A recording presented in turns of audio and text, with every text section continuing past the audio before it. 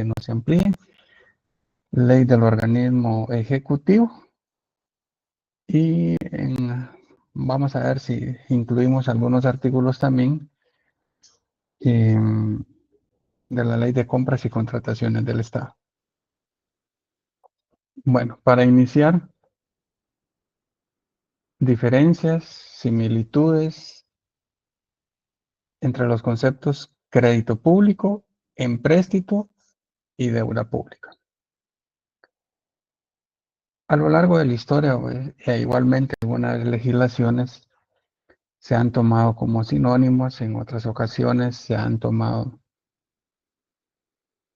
de cada uno desde diferente perspectiva con un alcance, contenido y definición en consecuencia diferente.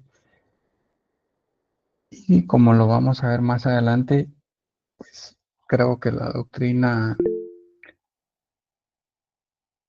moderna se le da un contenido y definición específico a cada uno de estos conceptos. ¿Sí, Evelyn?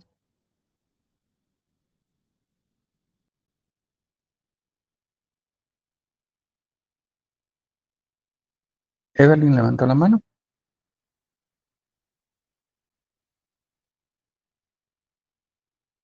Bueno, vamos a continuar entonces.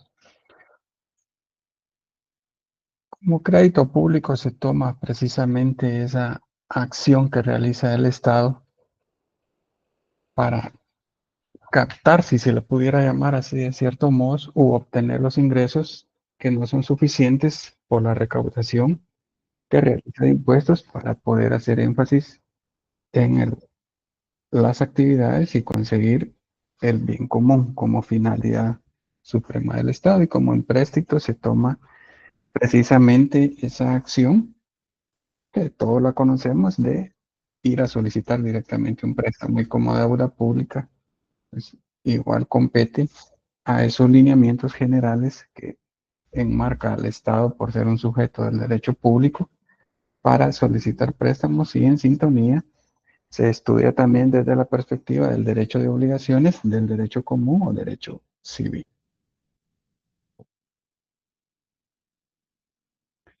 Crédito. Inicialmente, la palabra crédito se analiza desde la concepción o acepción de su significado comercial.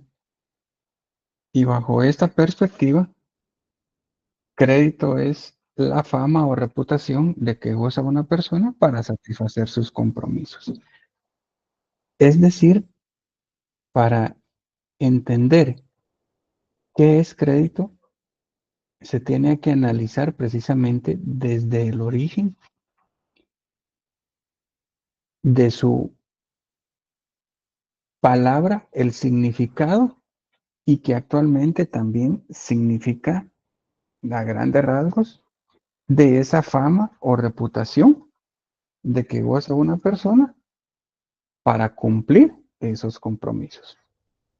En consecuencia, por eso es que también la doctrina, no solo del derecho financiero o de deuda pública, como se llama en otros estados o países, o finanzas propiamente dicho, finanzas públicas, se debe analizar y comprender bajo la perspectiva del derecho de obligaciones en general. Y en materia presupuestaria propiamente dicha, crédito es la autorización que se concede a la administración para realizar gastos hasta una cierta cuantía.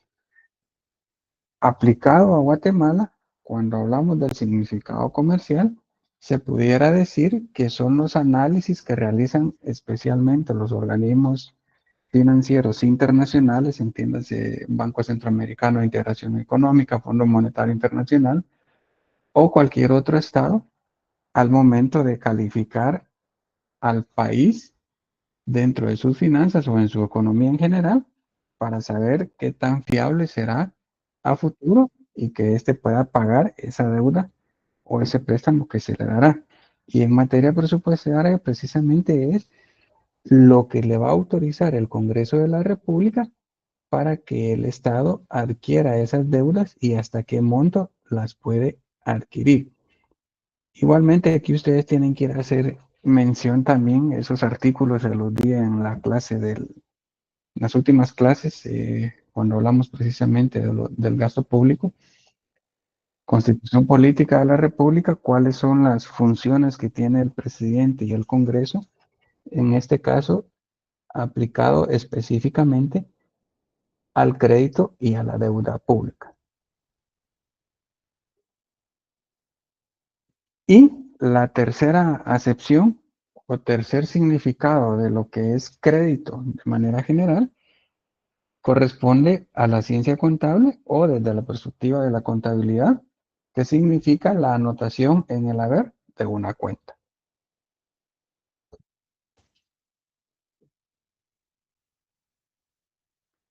La etimología. La palabra crédito deviene del latín creditum y esta a su vez proviene del verbo credere, que significa tener confianza o fe. Cuando se habla de confianza o fe, es precisamente porque es el respaldo que tiene una persona, independientemente del tipo de persona que vayamos a analizar, sobre esa fidelidad que va a demostrar o que ha demostrado y en consecuencia esa fidelidad, ese respeto que ha tenido, ese cumplimiento que ha manifestado una persona a lo largo de los años, le da confianza o le da fe al acreedor o a la persona que le otorgará ese préstamo. Y la palabra público, pues cuando hablamos de crédito público, hace referencia específicamente al Estado como sujeto de derecho, o sea, como una persona más que hace uso de la confianza en él depositada, solicitando bienes con la promesa de ulterior restitución. El Estado, perdón, como cualquier otra persona particular, cuando solicita un préstamo, pues realiza su requerimiento, las cantidades, el por qué lo necesita, para qué lo va a utilizar y la promesa incondicional, como siempre, de la forma, modo y tiempo que él estima realizará esa restitución del dinero o de los bienes prestados. Por lo tanto, crédito público se debe entender como la fe o la confianza de que goza un Estado para recurrir al ahorro de los particulares. ¿Y por qué recurre o se dice doctrinariamente que en un crédito público la confianza deviene del ahorro de los particulares? Porque parte del análisis que realiza un ente internacional especialmente, aunque existen también los créditos o préstamos a lo interno, es porque la recaudación de tributos adquiere, como es el caso de Guatemala, una mayor relevancia en lo que son los ingresos que va a percibir el Estado. En consecuencia, dependiendo los techos presupuestarios en materia de recaudación, la estimación de la economía que tiene el Estado o el gobierno de turno para el siguiente o los subsiguientes años, así determinará esa capacidad que tendrá el Estado para generar o percibir ingresos y en consecuencia hacerle frente a esas obligaciones que está requiriendo en este momento a través de un crédito público. En el ámbito privado, una persona se endeuda sobre la base de dos estimaciones. La primera estimación o el primer presupuesto cuando hablamos de crédito es la conducta anterior de buen pagador. Y la segunda, la actual solvencia por el patrimonio que posee. Si ustedes se dan cuenta, son conceptos generales que devienen de lo privado o el derecho común y se trasladan al derecho público, propiamente a las finanzas públicas. Para el caso del Estado, se analiza qué tanto ha respondido el Estado en las obligaciones o en los préstamos que le han otorgado, no solo el mismo acreedor, sino que otros acreedores, y la solvencia o el patrimonio que demuestra poseer y las estimaciones económicas, financieras, en todos sus ámbitos, para saber qué tanto podrá responder o pagar o devolver esa confianza que le dará el acreedor al momento de extenderle un crédito. Oría es un autor señalado por Von Rowe, señala que la expresión crédito se relaciona con dos formas de creencia: la confianza o fe en la moral de una persona dispuesta a cumplir sus deberes y obligaciones, y la creencia de que podrá cumplirlos por disponer de medios económicos. Esa confianza o fe en la moral es precisamente la responsabilidad, viéndolo desde otra perspectiva, de que goza una persona por su actuar, por su forma de responder, por su forma de contestar las obligaciones o las exigencias que se han realizado en anteriores ocasiones, y precisamente por ese pasado o esa moral que ha tenido una persona o esa solvencia moral que ha tenido una persona, el acreedor le dará también esa confianza o esa fe para extenderle un nuevo crédito con la promesa que este hace, el deudor hace, para de que sí va a tener esos medios económicos para hacerle frente a sus obligaciones. Rowe le agrega a este concepto de crédito público: en el caso del crédito privado pueden influir otros factores. En el crédito público solo actúa la fe o confianza que inspira el Estado, no tanto por su opulencia como por su conducta frente a los derechos humanos y en el ámbito de la política nacional e internacional. Es decir, si bien la base del crédito público deviene del derecho común o derecho civil, especialmente cuando se habla de esa confianza que se tiene sobre una persona, llámese confianza, llámese fe, llámese solvencia moral, para efectos de la explicación lo voy a tomar como sinónimo, el Estado tiene que tener esa credibilidad en materia económica. Y no solo se analiza cuando realizan las calificaciones el respeto a los derechos humanos, el respeto a un Estado de derecho o a la política que desarrolla a nivel nacional e internacional, sino que se analizan también aspectos netamente económicos o de obligaciones. Y aquí tiene mucha incidencia esas calificaciones que han ustedes escuchado muchas veces en las noticias, cuando se dice tal banco o al Estado en sí lo califican o mantiene la calificación AA, AAA, A, W o menos B o menos A.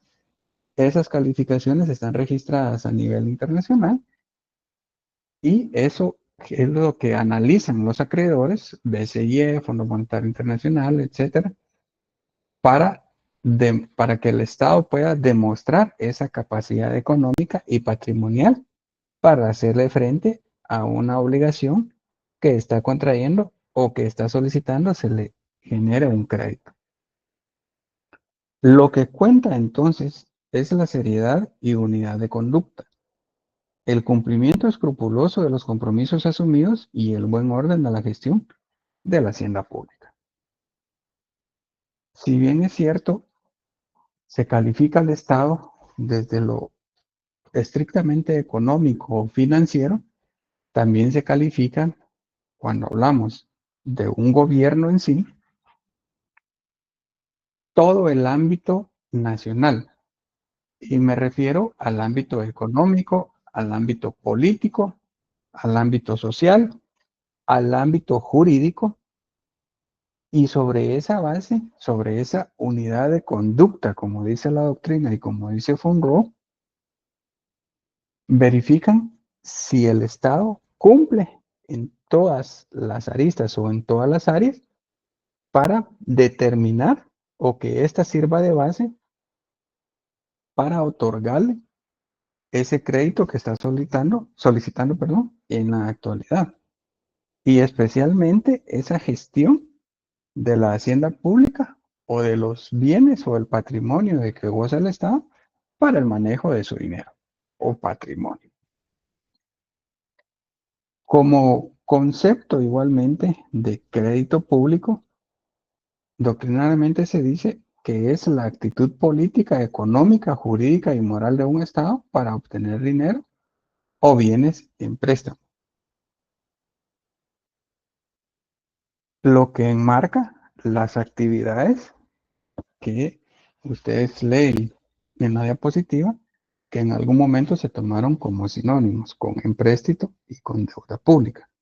Sin embargo, para diferenciarlos doctrinaria, jurídicamente y prácticamente, es decir, cuando ustedes analicen un caso, especialmente el presupuesto del 2025 o cualquier otro presupuesto que ustedes lean el decreto que lo aprueba o que lo aprobó, podrán hacer esa diferencia de los tres conceptos: crédito público, empréstito y deuda pública. El empréstito como concepto es la operación crediticia mediante la cual el Estado obtiene dicho préstamo. Es decir, la operación práctica o real que se realiza al momento de solicitar un crédito público. Y como deuda pública consiste en la obligación en que contrae el Estado con los prestamistas como consecuencia del empréstito. Es decir, ese pasivo que va a sumar esa deuda o ese dinero que está recibiendo o recibirá en X momento y que se verá reflejado igualmente en el presupuesto general de la nación. Esos son los tres conceptos que tienen que diferenciar. Una definición de crédito público. Para el caso de Guatemala, el portal de transparencia fiscal, publicado especialmente en la página del Ministerio de Finanzas Públicas, señala que deuda pública es el conjunto de obligaciones o compromisos monetarios contraídos o asumidos por el Estado, a corto, mediano y largo plazo, por sus entidades descentralizadas y autónomas, incluyendo gobiernos locales, como consecuencia del uso de crédito público que se encuentran pendientes de pago, de acuerdo con las condiciones previamente establecidas en los respectivos convenios, certificados o títulos. La deuda pública se puede clasificar en deuda pública interna y deuda pública externa. Esta definición es bastante amplia y abarca incluso la clasificación práctica y actual, tal como está en las diferentes leyes de la República, sobre los tipos de deuda y qué se tiene que entender precisamente por deuda o por crédito público. Conjunto de obligaciones o compromisos monetarios. Y aquí caemos nuevamente a ese concepto de moneda. A corto, mediano y largo plazo incluye las entidades del gobierno central, así como las deudas de las diferentes municipalidades. Y también, por lógica, que se encuentra pendientes de pago, porque a futuro eso se devendrá en la recaudación o incluso en la creación o modificación de impuestos a futuro, precisamente para mantener ese resguardo o ese compromiso vigente en cuanto a las amortizaciones en la forma que se haya convenido. Fundamentos del crédito público. Sin entrar a mucha historia,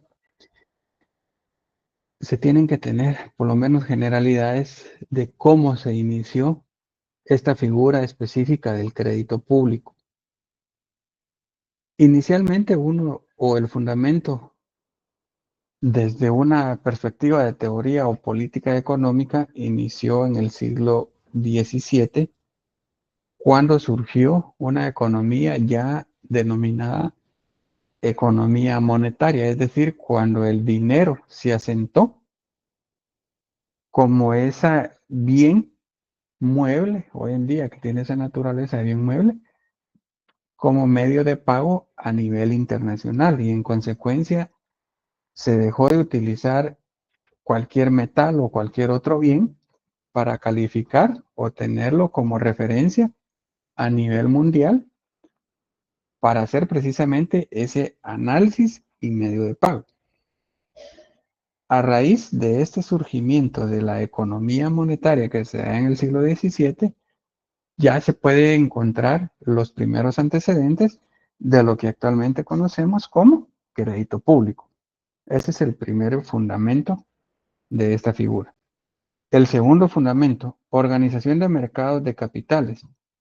Igualmente, con el devenir, especialmente de la escuela liberal de la economía o el derecho financiero, aparecen regulados y con una mayor incidencia las figuras bancarias que conocemos hoy en día, bolsa de valores y especialmente los bancos privados, sean nacionales o internacionales. Y cuando se organizan y regulan estos mercados de capitales, es que también inicia el auge de los créditos al sector público.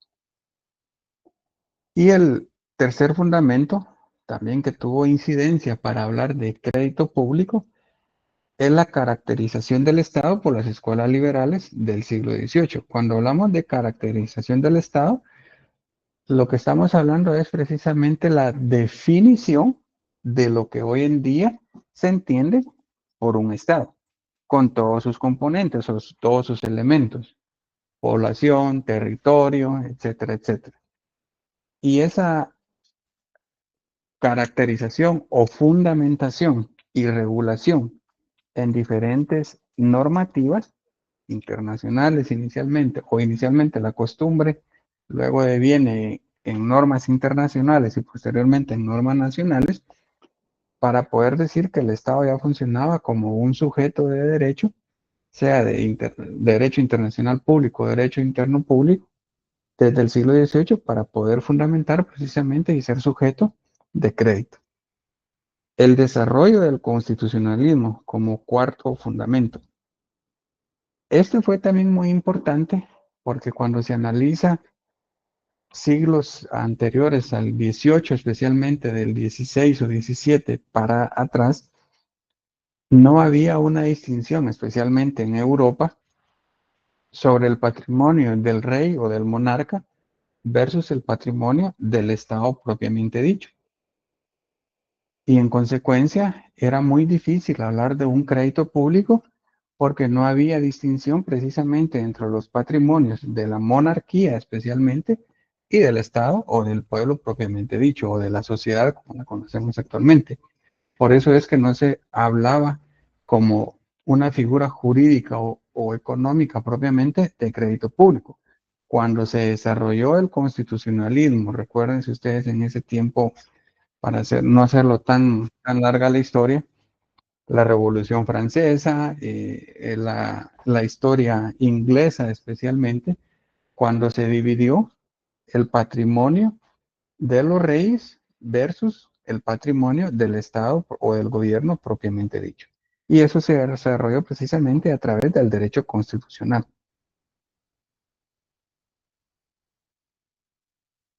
Y el último fundamento para hablar de crédito público corresponde a la ampliación de las facultades impositivas. ¿En qué sentido? Si bien es cierto, desde las escuelas liberales clásicas, estamos hablando, podemos hablar siglo XVI, incluso algunas anteriores al siglo XVI, el Estado ya tenía ese poder imperio, o las doctrinas o las teorías ya hablaban de ese poder imperio, con la modernización y la actualización del Estado, tal como lo conocemos, perdón, hoy en día, el Estado tiene esa potestad para ampliar o modificar, como dice ahora la ley, el artículo 239 de la Constitución, principio de legalidad, crear, modificar o eliminar tributos. Y esa capacidad o ampliación de facultades que le dio el derecho constitucional al Estado moderno, hablando en términos estrictamente económicos, se toma como una ventaja que tiene el Estado para en determinado momento no contar con suficientes recursos, poder hacer uso de ese poder imperio y en consecuencia modificar o crear nuevos tributos que le permita una mayor recaudación. ¿Con qué fin? Con hacer frente a las obligaciones o al pago de su deuda externa. Factores que dieron impulso al crédito público. Uno de los factores, el creciente aumento de los gastos que acompañan a la guerra moderna. Igualmente, si ustedes hacen un poco de historia, siglo XIX, siglo XX principalmente. La Primera Guerra Mundial, una de las características que tuvo, y especialmente en Estados Unidos, que fue de las que mayor incidencia tuvo en Guatemala, tal vez no nos afectó la guerra en sí, pero sí económicamente, políticamente. Y esos factores, esas crecientes guerras, especialmente como ejemplo la Primera y la Segunda Guerra Mundial, necesitaban muchos recursos específicamente para ese rubro, para la guerra. Y eso originó que el Estado se endeudara no solo con las empresas nacionales, sino que también con empresas u organismos internacionales. Que eso sí, actualmente el ejército ocupa un porcentaje bastante considerable en todos los países. Siempre hay excepciones por lógica, pero el ejército siempre ocupa, y Guatemala no es la excepción, un porcentaje elevado del presupuesto de ingresos y egresos del Estado. El segundo factor, programas gubernamentales destinados a solucionar el problema de la desocupación década de los años 30. Aquí principalmente, y poniendo como ejemplo Estados Unidos, y se puede poner incluso ejemplos de Guatemala de los años 30, 1930, es porque no había población en la mayoría de territorios, entiéndase el interior de la República. Y en consecuencia el Estado tenía que gastar demasiado, no solo para tratar de crear las condiciones para que esos territorios o esa parte del territorio de Guatemala pudiera ser habitada y explotada, sino que también precisamente pagarle a las personas para que se fueran a vivir a determinada área. Si ustedes leen historia de Guatemala, ya sea sociología de Guatemala o la historia en general de Guatemala, van a encontrar ciertos ejemplos, Puerto Barrios, Cobán, Petén, San Marcos, en los cuales el gobierno de turno en esas épocas pagaba a la gente o a la población para que se fuera a vivir a esos lugares. Y dependiendo de su capacidad económica, así también le asignaban cierta cantidad de tierra para que la explotara o la trabajara. Y eso pasó a nivel, creo que a nivel mundial. Honduras es otro ejemplo clásico. Honduras tiene una inmensidad de territorio aún sin explotar o sin vivir personas ahí, pero ahora ya la diferencia es que ahora ya no pagan porque las personas vayan a vivir a esos territorios. En el caso de Estados Unidos, ustedes se recuerdan en las películas viejitas de conquista, pues eran territorios inexpugnables en ese tiempo que hasta se pagaba por quienes lo fueran a colonizar. Y el tercer factor que dio un impulso al crédito público es la globalización. La globalización inicia precisamente con el final de la Segunda Guerra Mundial, como ese movimiento que es contrario a esa ideología que se tenía anteriormente, que el gobierno solo tenía injerencia o potestades dentro de su territorio.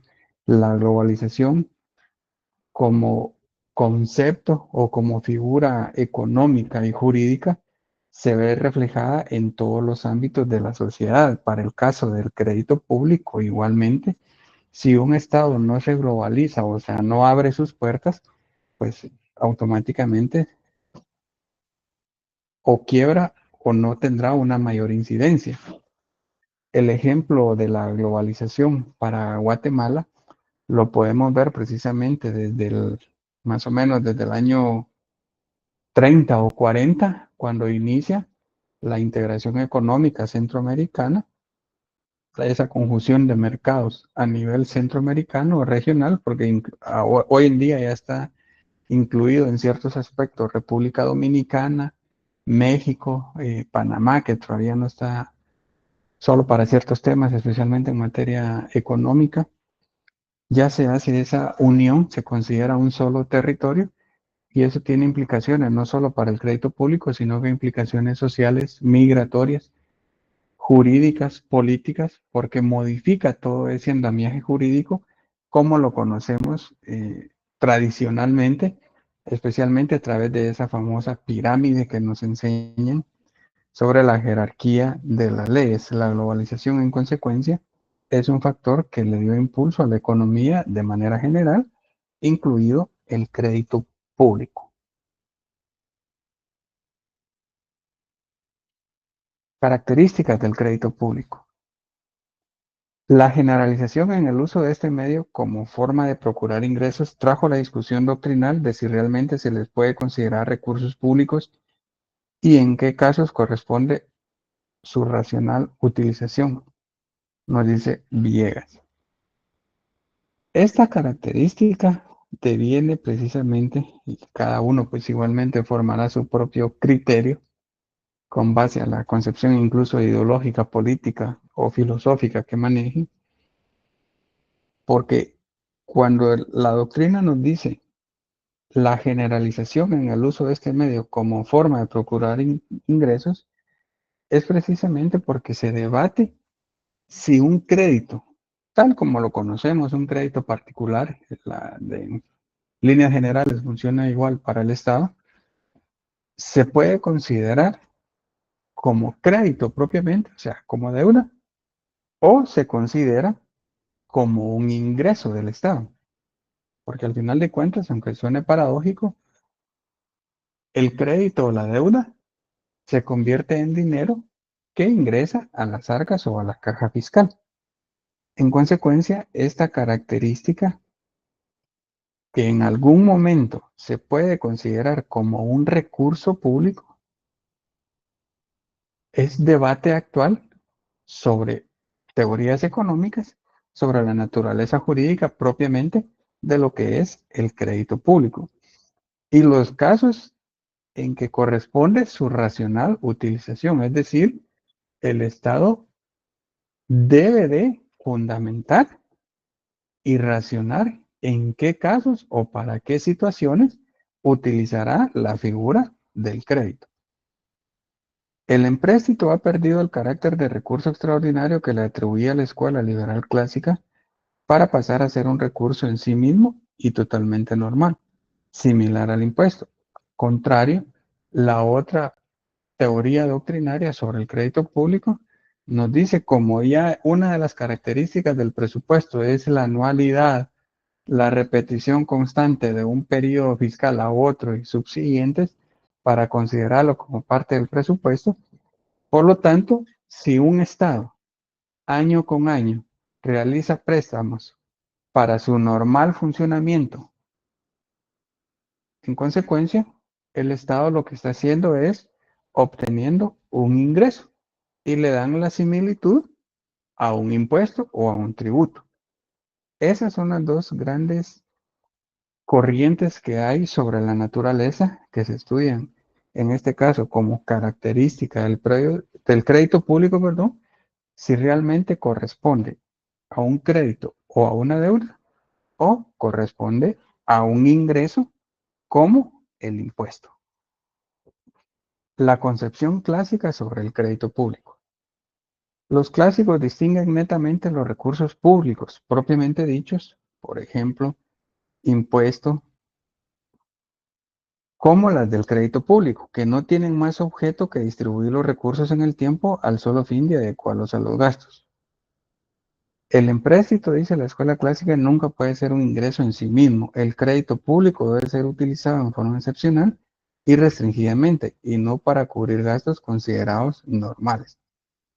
Es decir, esta escuela o los clásicos de la economía liberal dicen el crédito no puede ser considerado como un ingreso, como lo puede ser la recaudación de impuestos.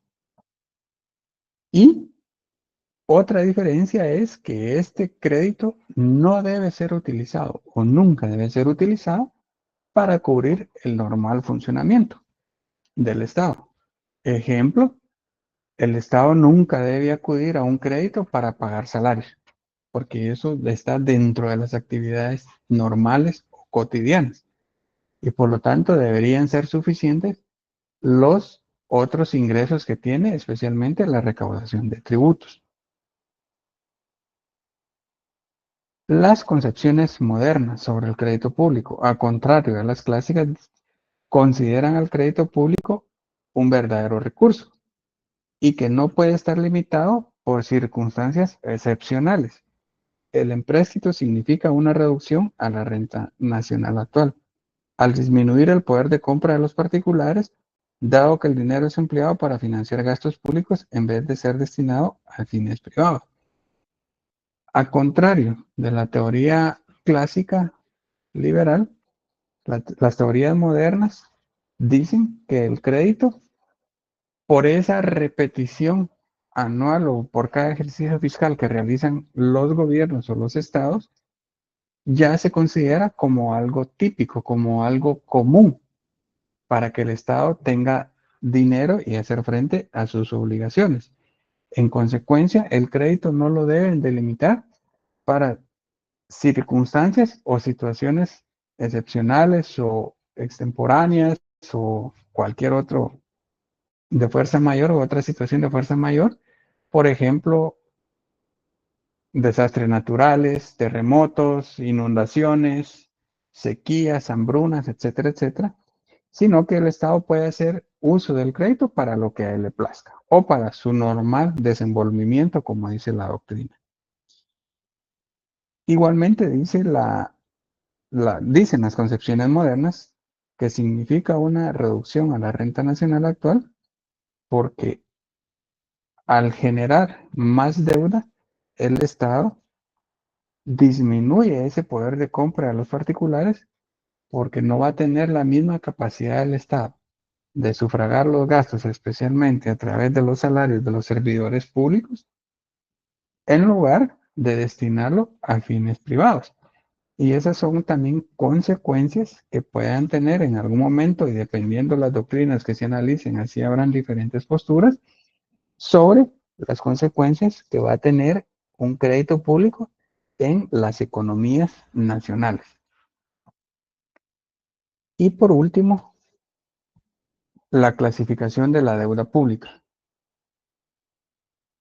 Deuda interna y externa, cuando se habla de una deuda, ya sea a nivel nacional o dentro del territorio guatemalteco, y una deuda externa cuando se acude a una entidad, a una persona jurídica, persona individual, pero normalmente son personas jurídicas que están fuera del territorio de Guatemala. Los ejemplos clásicos: Banco Centroamericano de Integración Económica, Fondo Monetario Internacional, cualquier otro organismo internacional o los estados propiamente dichos.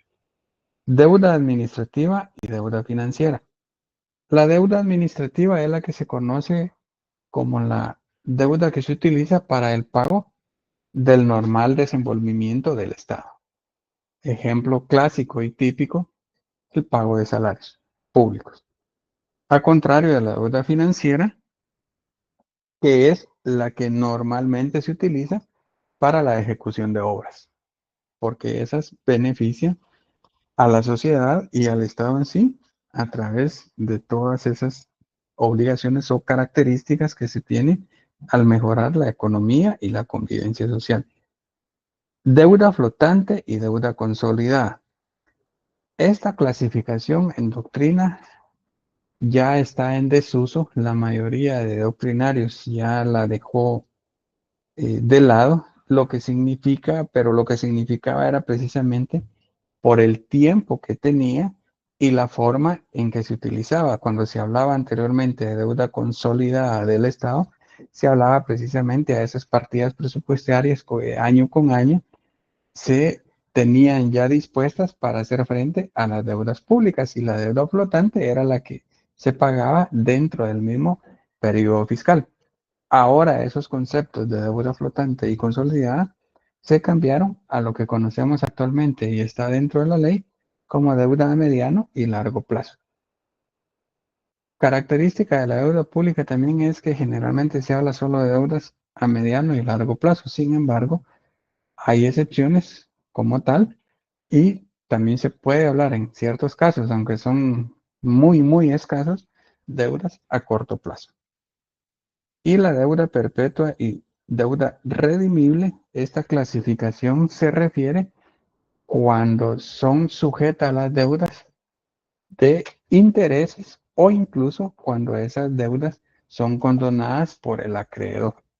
A eso se refiere específicamente cuando se habla de una deuda perpetua o deuda redimible. Y por último, les dejo algunos, repito, algunos artículos de la Ley Orgánica del Presupuesto para que ustedes comprendan en la totalidad la figura de crédito público.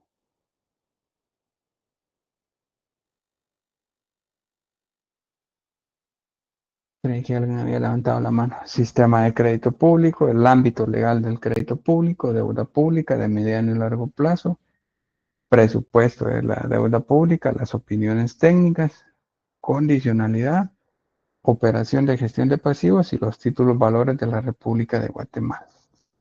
Especialmente al hablar de los títulos valores, ustedes van a tener que hacer referencia con la ley del mercado de valores y mercancías y otras leyes en materia bancaria para comprender o poder definir qué es un título valor y cómo el Estado de Guatemala hace uso de estos títulos valores. En el reglamento, igual lo pueden encontrar en una de las diapositivas el título. Sin embargo, el reglamento, al hablar del crédito y deuda pública, está específicamente en los artículos 72 al 86. Con esto finalizo lo que es el tema de hoy. ¿Alguna pregunta o comentario sobre el tema?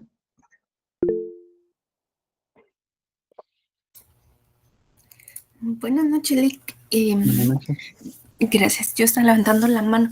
Yo estaba viendo con respecto al comentario que usted hacía de que los sueldos no pueden ser básicamente financiados por un préstamo. ¿Qué sucede principalmente por la noticia que dio ayer el presidente, verdad? De que se aumenta un 10% del presupuesto y a estas fechas ya se aprobó. Yo estaba revisando que existe el tema de la ampliación, pero si a estas alturas el 10% sí impactaría bastante el presupuesto de la nación. Y si no se tiene con el dinero, eh, ¿qué, ¿qué opciones habrían si la ampliación no aplicaría para sueldos? No sé si aplicaría o no ese tipo de ampliación. Vea, solo para aclarar, y gracias por el ejemplo, porque con ejemplos prácticos es más comprensible muchas veces la doctrina. Lo que les acabo de explicar son teorías doctrinarias. La teoría liberal dice el Estado no debería endeudarse para su normal funcionamiento. Entiéndase el normal funcionamiento, especialmente pago de salarios, que creo que sería el mayor impacto que tendría a nivel nacional, eh, mantenimiento o pago de edificios u oficinas, etcétera, etcétera, porque eso es el normal funcionamiento, compra de papelerías, compra de útiles, gasolina, qué sé yo, todo lo que sea necesario para que los servidores públicos realicen las actividades. La otra doctrina dice que es normal que el Estado se endeude para hacerle frente al pago de su normal funcionamiento. Ahora bien, con lo que es el aumento a los salarios mínimos, claro que va a tener un impacto a nivel nacional, a nivel económico, social, político, en todas las aristas dentro de la sociedad. No me atrevería a hacerle un comentario en estos momentos porque si bien es cierto, va a tener incidencia, realmente, y ese es criterio propio, lo aclaro de una vez, no hay estudios o no he encontrado estudios verdaderos como para decir qué impacto va a tener especialmente en el sector público, porque recuérdense que el sector público, si hablamos para el año 2025, el presupuesto que estaba más o menos que a años anteriores en 90,000 millones, este año subió a 147, creo. Lo que significa que un 10% de incremento a los salarios, desde mi perspectiva me diría, no va a tener incidencia porque el Estado está subiendo, en primer lugar, la meta de recaudación de impuestos, que ha subido de una u otra forma, pero ha subido y se espera mantener esa recaudación. Y por otro lado, también los créditos que aprobaron este año y los que vienen el otro año son onerosos desde mi punto de vista y la mayoría se utiliza precisamente para el pago de salarios. Entonces, por lo menos yo no soy economista y por eso le digo, solo le trato de responder con la experiencia y con lo que leo sobre otras áreas, especialmente economía y política. Pero sí no sé si habrán estudios, porque generalmente se quejan del aumento el CACIF. Pero si ustedes se dan cuenta, el CACIF siempre se queja que la economía está mala en octubre, noviembre, diciembre, que es cuando se está discutiendo el salario mínimo para el siguiente año. Pero si ustedes leen las noticias el próximo año, por ejemplo, ya febrero, marzo y abril especialmente, cuando el Estado y todas las instituciones hacen públicos sus balances generales, siempre hay superávit, o sea, siempre hay ganancia, especialmente o únicamente pues en la iniciativa privada. Entonces la pregunta que yo siempre me hago es, en noviembre nos dicen que no hay dinero o que la economía está mala, pero en marzo nos dicen que la economía le fue re bien al país. Entonces, ¿cuál creemos? Y por eso repito, ese es comentario personal, pero no tengo la información completa a mano ni me consideraría economista, ni soy economista, pues mejor dicho, como para poder responderle y ver qué impacto va a tener en el presupuesto. Porque igual no he tenido tiempo de analizar completamente el presupuesto aprobado para saber qué tanto se va a incrementar o incrementaron el rubro de los ingresos versus específicamente para lo que usted me preguntó, el tema de salarios del sector público. Ok, muchas gracias, Lick. Sí, porque definitivamente, o bueno, consideraría también de que se vuelve a endeudar Guatemala para poder generar ese aumento, principalmente para el sector del poder ejecutivo, ¿verdad? O bueno, de todos los diputados que también aumentaron su sueldo. Sí, porque recuérdese que igual lastimosamente cuando hablamos de dinero no solo estamos hablando específicamente pues de salarios que se va a incrementar, porque imagínense ese es Congreso de la República, el Procurador de los Derechos Humanos, la Corte Suprema de Justicia, la Corte de Constitucionalidad. ¿Qué nos dice la teoría del derecho del trabajo? Solo se indemniza a una relación laboral. Pero si ustedes miran en los últimos años, ya estoy hablando más o menos del año 2000 para la fecha, ya casi que legalizaron el pago de prestaciones en esos altos organismos. Entonces, para mí se pierde la naturaleza del sentido del derecho laboral. Es ilegal el pago de indemnizaciones que realizan nuestros queridos dignatarios y todos nosotros o los que pagamos impuestos son los que al final de cuentas pagamos todas esas barbaridades o ilegalidades. ¿Sí, Luis Hermano? Buenas noches, Lick. Yo pienso que al sector público no le afecta, bueno, tal vez un poco, pero recordemos que la mayoría del sector público gana más del mínimo. Y siento yo que es un menor porcentaje que ganan el mínimo, porque el aumento solo se va a dar al salario mínimo, no a los que ya ganan unos 20,000, 15,000. Esos contratos creo yo que ya se quedan ahí, pero tal vez aumenten a los que están ganando ahorita el mínimo dentro del Estado, ¿verdad? Ese es mi punto de vista, Lick. Sí, gracias. Pero recuérdense que en el caso también, por ejemplo, habría que ver cada institución. Por eso les digo, yo no soy economista ni soy político, soy abogado, digo, pero por ejemplo, ahorita que el Congreso, solo para ponerles un ejemplo, el Congreso se incrementó, yo no he leído, porque eso es casi que como secreto de Estado, el pacto colectivo que tiene el organismo legislativo. Porque si ustedes leen los recortes de prensa, uno de los impactos que tenía el incremento que se realizaron los diputados, que como bien dijo ahorita Luis, eso no incide porque en el salario mínimo.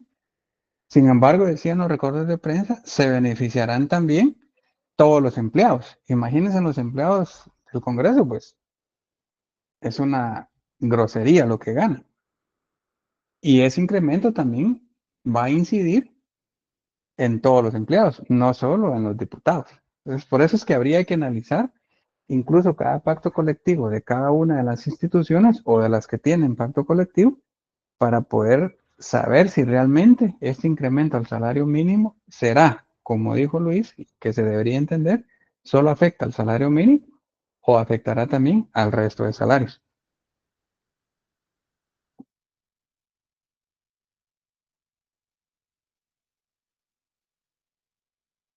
¿Alguna otra pregunta o comentario? Si no, las doy por finalizado, les deseo felices fiestas y nos vemos primero Dios el día jueves.